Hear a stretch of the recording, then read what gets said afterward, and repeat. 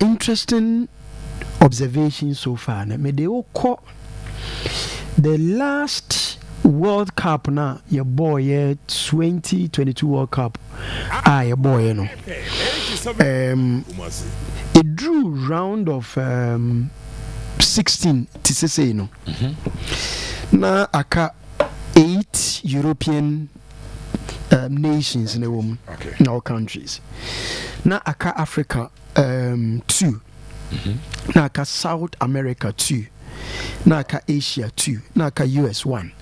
And Australia. I mean, Australia is part of Asia and by extension. It's also a movie from Oceania about joining women, you know. Now aka Asia 3 na US 1. That is the World Cup round of 16. The last World Cup. The last World Cup round of 16. Current club World Cup here, boy. Aka South America 4. Okay. Europe aka 8. The last World Cup you do round of 16. Now aka Europe 8. It's 8 no. Now 8 clubs. You club at the club level now 8 no maintained. South America 4 4. The last World Cup when not South America but that time this Tanaka Omutu. I think it was only Argentina and Brazil. And American so my better. American you 1. And still now no menu cause North America still now no Inter Miami 1. And I'm just doing a certain comparison. Okay.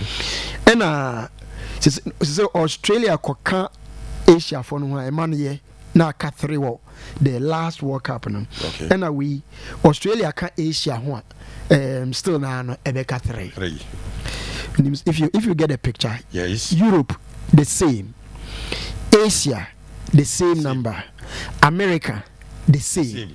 South America better. South America. Africa. South America Africa there na you do Daniel.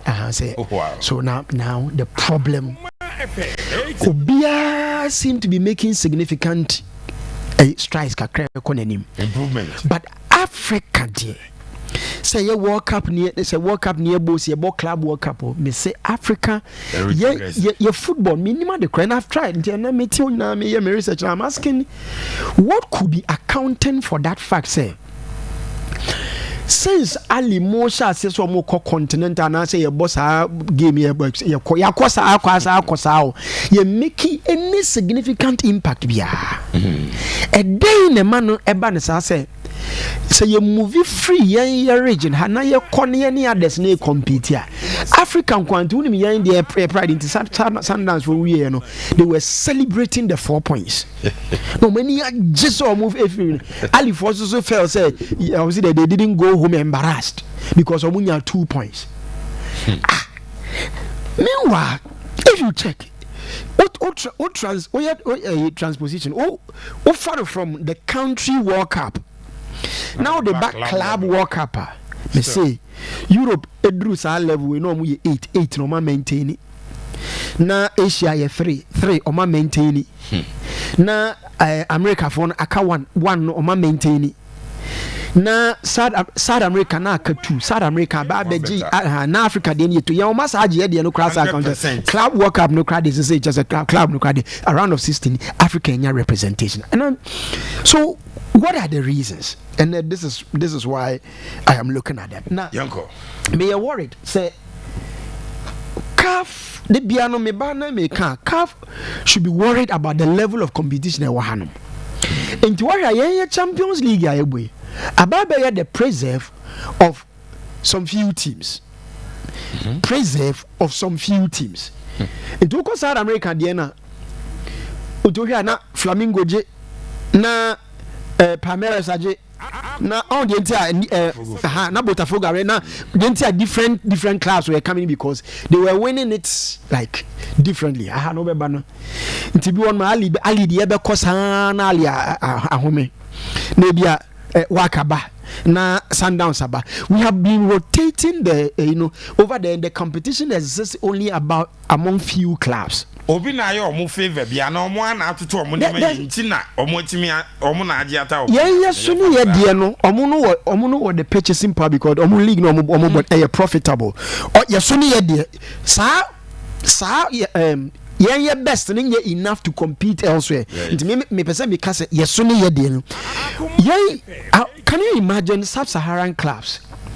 Yeah, West Africa, yeah, what's our you say you compete be say Nigerian club, they say Nimba, na say Kano Pillars, and I say no, they don't get there. Yeah, what Kesia your group stage? No. Say Omo East Africa, they are not going through. Omo is now South Africa. Honokrana is just left with maybe Sundowns to some extent. Maybe now when you be a Pirates, be maybe a Motimia Coca-Cola. And I say the other time club Nana Omoko relegation and almost so compete on. If you take it out, Nina Baba is not one able Champions League. You know Omoko, but I worrying say. Significantly, South American clubs are improving and getting better. Yes. Even Asia, for you say, Saudi is classified as Omonoso Ababe Adi up Ama now is you cry.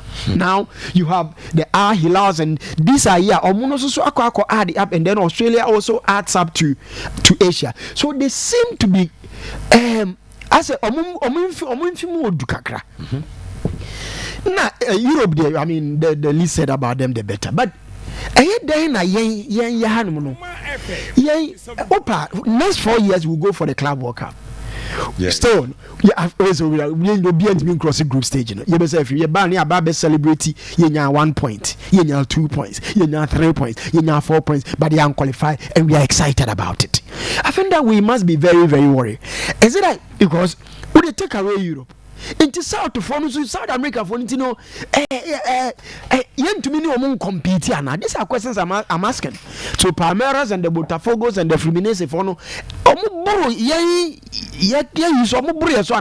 by virtue of talent, because if by virtue of talent I know some of these African clubs want to make offer talent free the South America baby films, including Sundowns in the North for no more the purchasing power to make offer. And for me, is it about our football? Ya grona ye die no na ababa ye te se Ghana Premier League no ye boy ye ni ji wa hapa, but your competition no ye poor competition.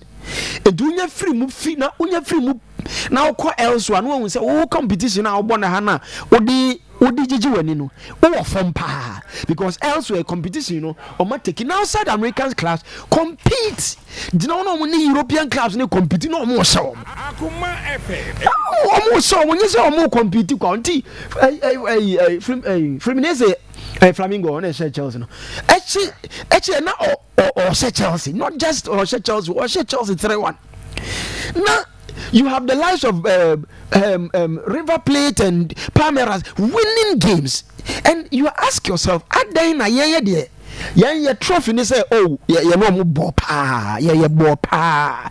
And near take soul near the actually rare near Babet no Cromanum. If you ask, we went with 4 different representation. 4 clubs and a representative African Kaumanya abro party or manya. Okay. But no credit say competition no go ahead of African clubs. Say yeah in technical in San Miguel Cardoso ya Ukuchi Sundowns or yeah na ni aje so munya 4 points on. I mean, you cannot celebrate the points you got. You must celebrate moving on to the next level. And I think that it's also about your mentality. Ya general way to say ye bibi kakra dia I say ya dear. Oh ya dear. I saw Sundowns playing on last game against was it Flamingo and Fluminense. They could have just picked one. One go qualify you. But omo born sa strolling through sa no mo free mu. No credit say competition is running ahead of African teams. And CAF as a CAF you worried. No bisa say be day and Africa to me catch up. And yes, I did be a boy, dear, near the Ajiji and Winnie. But in your copasi any others, and inquire, yeah. You mean, yes, I have a breeding grounds for the for this because I don't think the fact player bia who pay bia would then ya bia with me few clubs Fluminense or last game I say no more okay you know make a body language say or mono yes and no more they were playing and now they call themselves Brazilians. Can you imagine that the way I was embarrassed.